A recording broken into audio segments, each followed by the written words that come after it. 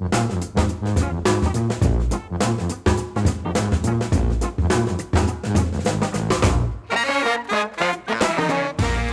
everyone, to What's Working. I'm Cam Marston. Thank you again for paying attention, to listening. The show continues to evolve, and one of the things you're going to see out of What's Working going forward, if you haven't noticed it already, is more of a focus on local and things going on around here, the city of Mobile. As we'll talk to the politicians, we've talked to some politicians already, we'll continue to do so. We are the city, as many have said, of perpetual potential. However, there is a consensus, I think, out there that the potential is finally showing up. It's manifesting. And to that end, I've brought John Ruzic back to the show. John is one of the owners of Porchlight. Is it just Porchlight or Porchlight in companies or Porchlight? We call it Porchlight, yeah. I think Porchlight, I think, is the way I know. It's what's in my notes. And they're doing some remarkable things for Mobile that are, as you said to me, John, recently in another show, long-term oriented, not immediate gratification, but hey, let's take the long view of this. Mm-hmm. And it's frankly rare to find business people who are willing to do that or even go on record to say that they're doing that. We're in a quick fix, quick hit world these days, yet here we've got people making investments for the long-term benefit of the city of Mobile. So John, thank you for your time. Welcome Absolutely. Back to What's Working. Sure. So one thing I'll make a quick correction is I am not the owner of Porchlight. You're one of the principals. That's right. That credit goes to some other folks who are taking a lot more risk and putting a lot more work in than I am. But I sort of maybe run the day-to-day of Porchlight. But yeah, I think we started our conversation about a little over a year ago, talking about kind of what Porchlight was and how we started and what we're doing. Today I think that mission, the underlying mission, remains the same. But we're a small and nimble company. We have that. It gives us the ability to pivot a lot. So what we're doing today is really trying to look at, like you said, projects that may not give us a short-term gain, but have long-term effects on our community. We're looking at things that are catalytic, that really create a positive change for small neighborhoods, for influential and important groups to our city. So that's what we're hoping to do. I think that we've also pivoted more into some commercial and civic assets that we're working on. I can kind of talk about a couple of the projects. Please. It all sounds intoxicating, but what I want to hear are the specifics. I think people want to know, if I'm driving around town, what am I going to see? Sure. So one thing that we've really wanted to focus on is kind of understand and take stock of what our true skill set is, and see if there's ways that we can offer that skill set to other owners, not necessarily in projects that we are the owner, but people who might have an idea or have the ability to make something happen, but kind of need a little bit of help in that. So we're doing some of that type of development work there. And a couple of those examples of those projects are a project on Baltimore Street. Baltimore Street is located in the Oakdale community. It's going towards Berkeley Aeroplex. Mm-hmm. And there's a great nonprofit organization here called Restore Mobile. Restore is focused on community revitalization and specifically the preservation of historic architecture and historic neighborhoods. So Restore has traditionally done a lot of single family projects. They've got a couple going right now on Marine Street, way down towards Berkeley again. And so we sort of conceived of an idea. We found a large parcel on Baltimore Street that could be subdivided into multiple single family homes. And we approached them to see, hey, will y'all kind of take the lead on this as the owner and long-term steward of a project here and allow us to develop it for you. Mm-hmm. And so they really liked the idea, and they're, a very nimble organization. So they were able to kind of pivot some of their strategy and work with us on that. So we're offering 9 affordable housing units down there that we're looking kind of for financing, for various creative financing opportunities there. That is an affordable project, and oftentimes affordability by definition means that it's a losing proposition for a developer. So we have to find a way to fill that gap, whether that's through a tax credit type of finance scenario, a CDFI, Community Development Finance Organization lending, or that might just be through philanthropic means, through grants or subsidies, something like that. But how do you gather this information? When you say this could happen here on Baltimore Street, and you say we need one of these three options to happen, how do you go about figuring out which one's the most viable? Are you knocking on a lot of doors? Are you having a ton of meetings?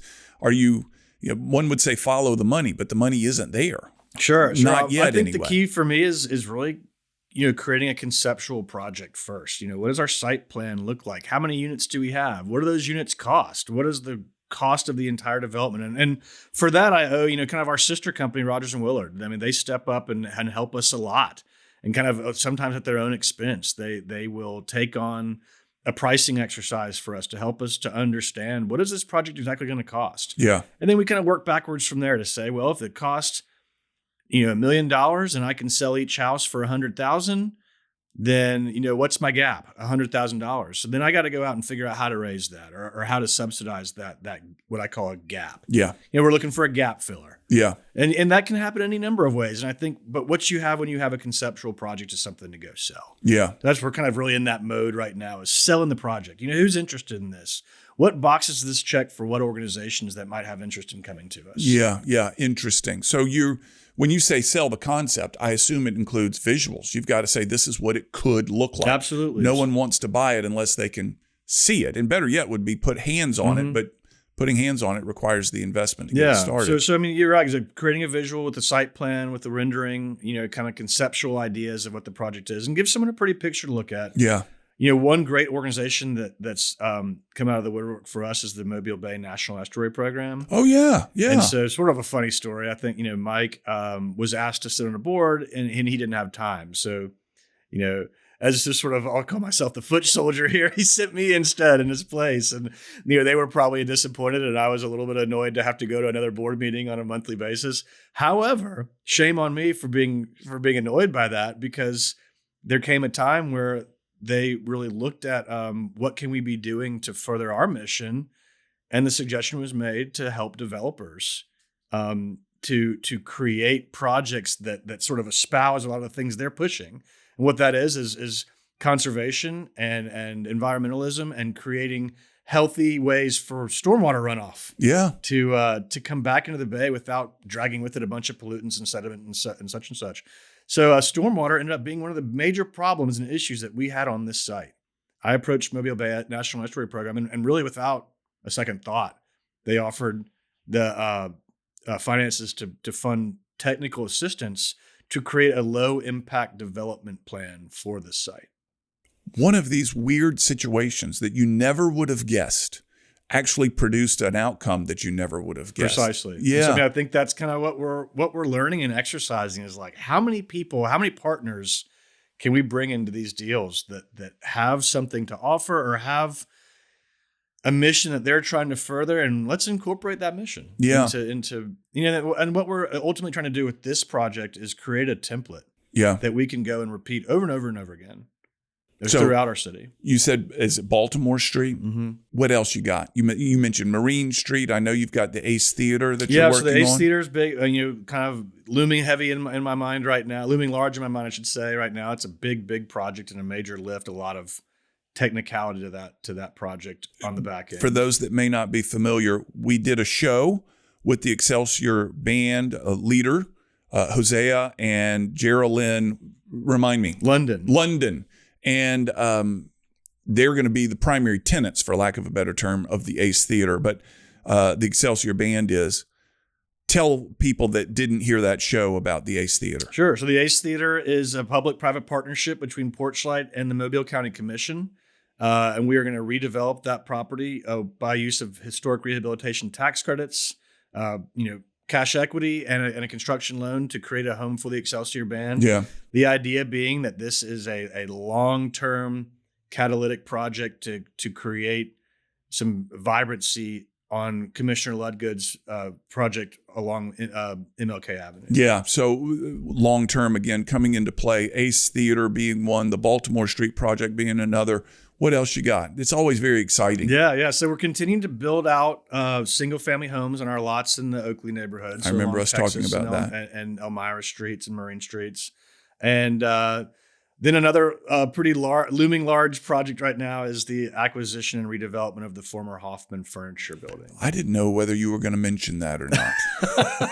Sometimes I rather forget it. It's on the record now. Yeah. It is a really, really cool project, and there's just amazing potential there. Yeah. And I think right now it's sort of, we're in that stage of planning, trying to, we're creating a project to sell. Yeah. That's what we're doing right now is understanding, what have we really got here? Who's the ideal user, and what vision do we have? I mean, we're creating a vision, and that's kind of what we want to do with that project. And what Porchlight maybe wants to do in a larger sense is we don't always want to be the ones who maybe take all the credit or sign up for all the debt, but we want to create a vision for someone who may come in and have a lesser of a lift because we've got the work started for them. Right. What details can you share on the Hoffman Furniture Building? It's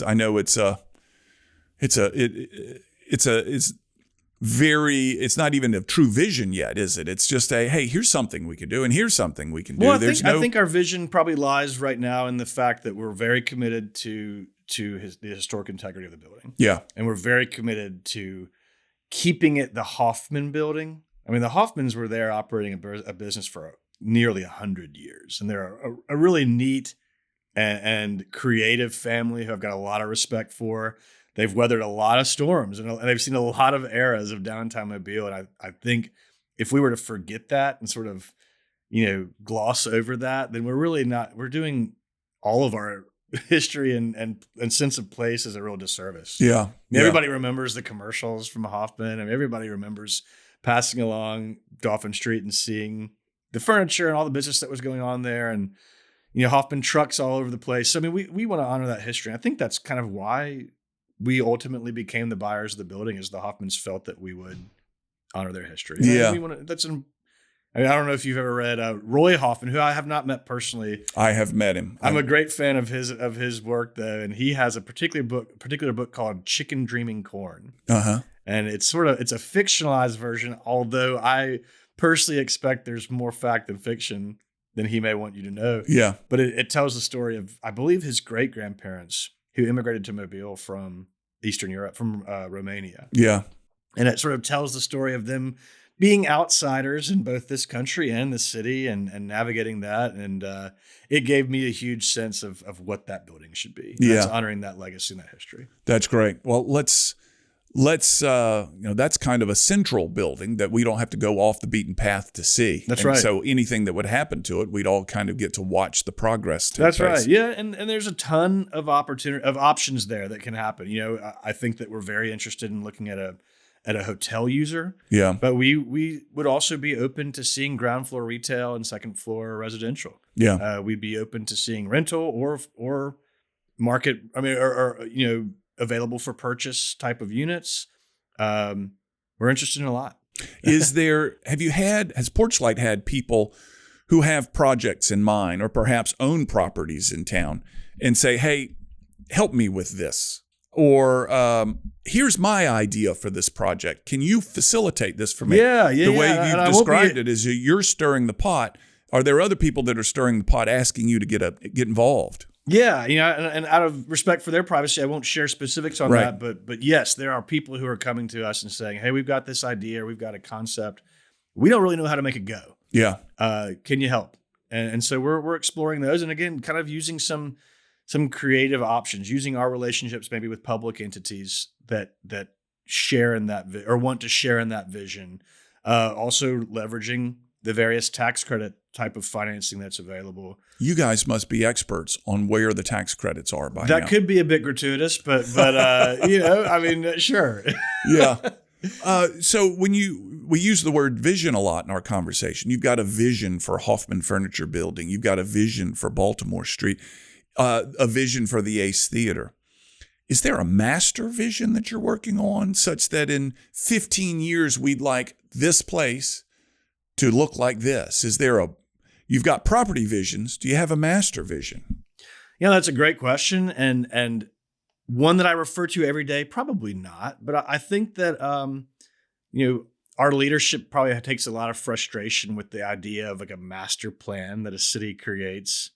And then it usually sits on the shelf and collects dust for 10 years until it's time to update the master plan. And then we spend another 2 years and untold amounts of money to update that plan. And so I think that a lot of times we will refer back to plans that have been created and say, well, what did the experts say about this? What should happen here? Right. Can we reach that vision? And so, I think that in a nutshell, we are trying to be people who implement a master plan. So I did some AI research not long ago about downtown Mobile. And it said, and where it got its information, I don't know, it cited sources and I didn't go into it, but it said there's currently an appetite for about 125 new downtown residents per year. People that want to move downtown. Again, I don't know where the numbers came from, but 125 new residences are needed downtown every year for the next 5 to 7 years, which would really change things, I think. 125 moving in, you may not notice it, but 250, and then a year after that, another one. Suddenly things begin to change there. Is this part of your effort, is looking at the appetite for things like that? Or is it, hey, this is up, let's explore this? So we've engaged a lot in the last year and a half or so with the Mobile Chamber of Commerce. Yeah. And that's been a huge success as well. I think that, for the first time, or this is a very recent development in the world of economic development, is that they're looking at housing. Yeah. I expect that housing in the past to an economic development crowd was more of a community development issue. But today we're actually seeing that lack of housing or lack of quality housing in Mobile to be a real issue with losing out on a competitive edge to recruit a company to come to Mobile. It's amazing that you said that. That's a conversation that I had 3 weeks ago with a guy who's with one of the major employers in town, and said, we release a press release, and the companies from across the country look at the press release and they come to Mobile to say, if this company is doing this here, maybe we should look. And they leave Mobile and say the housing is an issue, particularly downtown. That's where our people, particularly our young people, would want to go. Right. And there's nothing appropriate, or there's not the volume available that we need. And it's interesting that you say that. You've identified, and he's identified, and these plans seem to identify a need, and we're working at it ones and twos at a time versus bulk at a time. Is that right? That's that's my opinion. Yeah. And another opinion is that our housing crisis that's described nationally is probably a bit different than the national reference. I find that to be true about a lot of things in Mobile, is that we're always a little bit nuanced in how we experience a problem or a crisis. And so our crisis, to my knowledge, is really more of a housing quality problem. We have a really old housing stock. We're a historic city. We're a very old city, but we have not been building houses to keep pace with our growth, and we have not been improving houses to keep pace with our growth. Yeah. So, or our potential growth, I should say. So that's one thing, one real initiative that the chamber's taken up, is to say, let's figure out a way. How many houses do we need? And what do these need to look like to encourage people to move here rather than maybe going elsewhere and commuting back to Mobile? Right. And one of the challenges too, in my mind, is available land. And we've got a lot of property east of I-65 and close to this employment center growth that has challenges to the acquisition of that property. But where I'm going with that is, I want to see housing being used as a tool rather than like a solution for putting a roof over someone's head. Oh, I see. I think that like housing and restoring new housing or bringing new housing to a community can like do more than just give someone a place to live. Yeah. Brings vitality back to the neighborhood. It trickles down into our schools, into our retail options in that neighborhood. It trickles down into the type of investments that the community or that the city can then make in those areas. It can increase our ad valorem tax base. So all these things can happen as an effect of adding new housing to a community. So I think we look at housing as a tool rather than a roof. That's an interesting thing. It becomes a nucleus for external activities.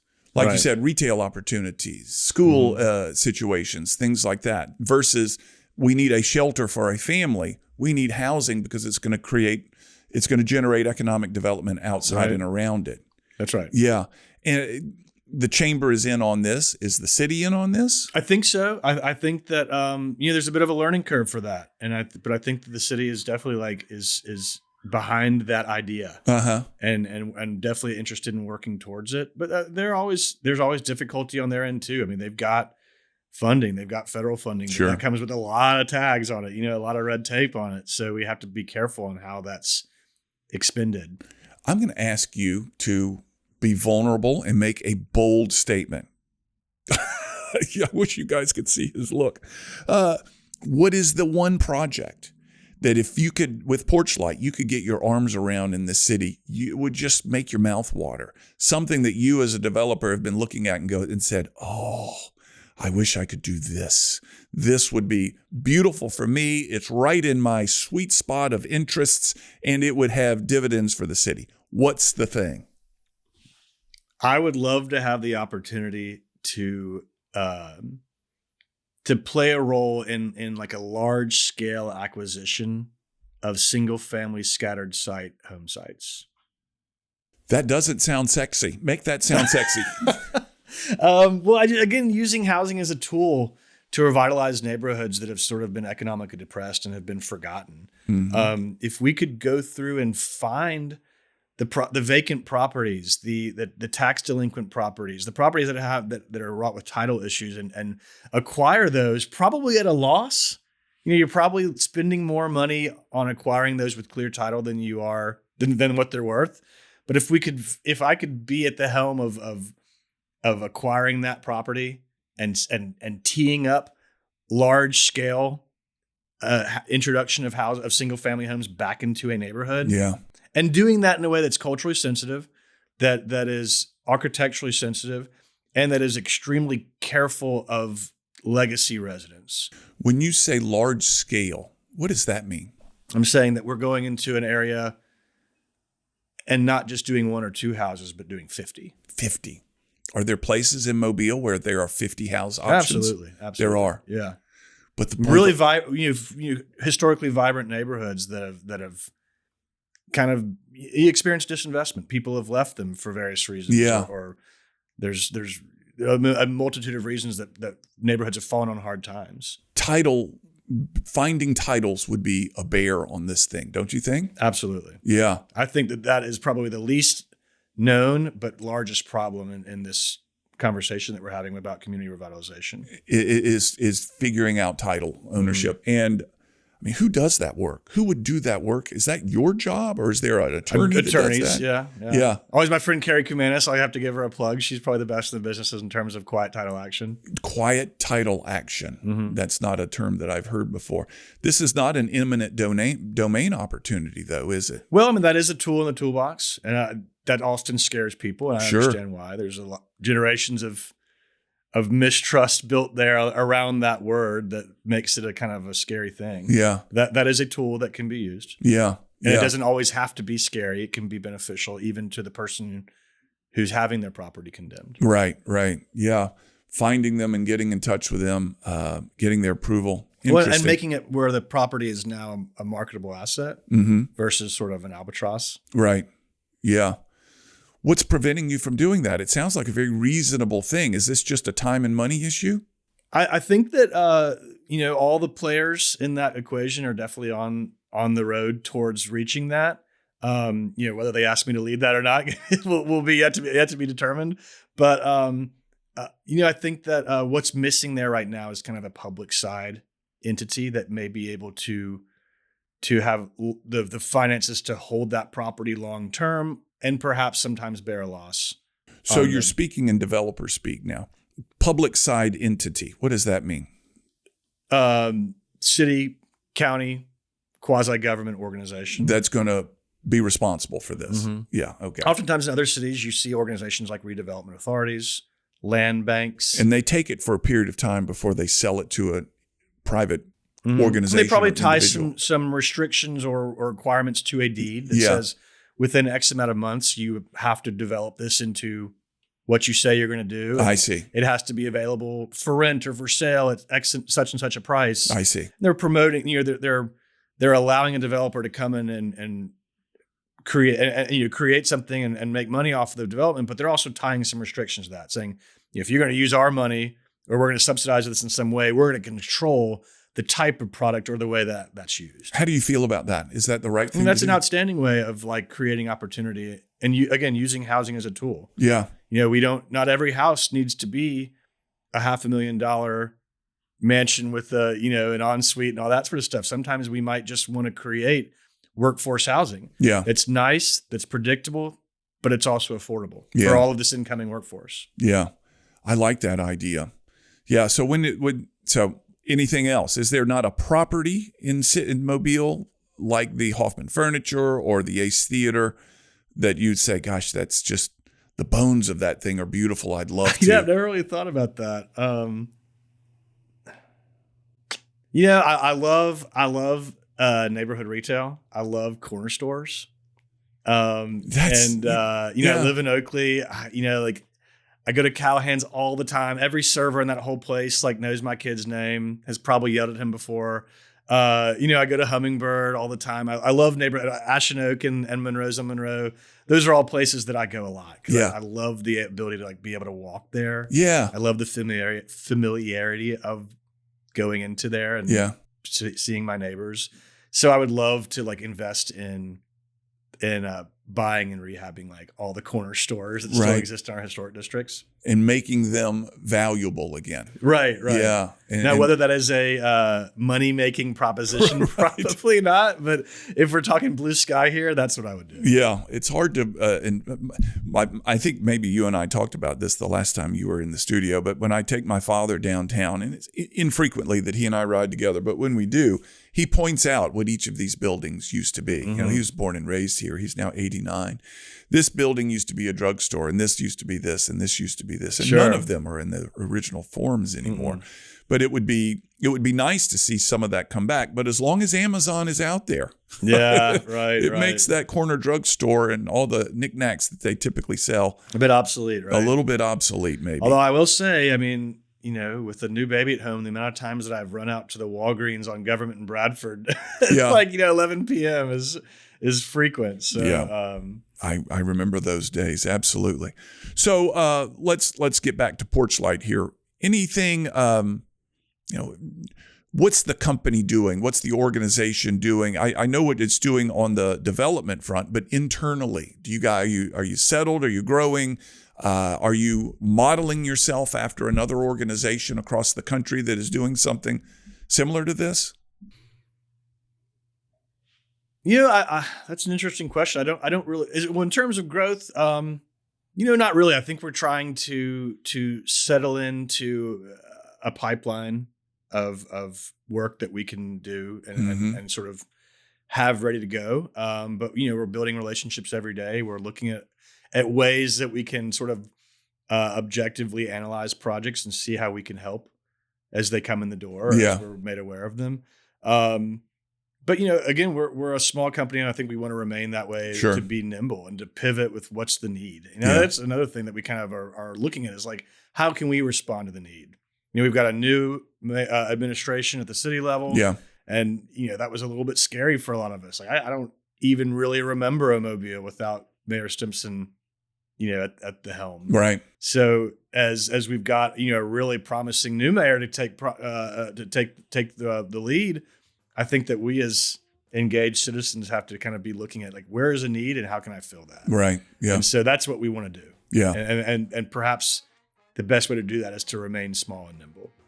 And anybody that's listening that's got a idea, I love ideas. Yeah. Yeah. I don't want to blow your email up or something like that. I'd be happy for you to buy me lunch and talk about your idea. You listen to ideas in exchange for lunch. There you go. Yeah. Very good. Well, I'm glad Porchlight is here. I'm glad you're doing what you're doing. You're definitely an asset to what's going on in Mobile, and particularly downtown Mobile. I'm happy you're here. I'm glad Porchlight is here. And if I understand you correctly, if there are people that have ideas or projects and they just don't know what to do with it, it's a conversation you're willing to have with them. We love partners. Let's talk. Yeah. Porchlight. You can find them online. What's the web address? www.porchlightcommunities.com. Porchlightcommunities.com. It'll be in the show notes. You're listening to What's Working. I'm Cam Marston. Another show coming to you eventually.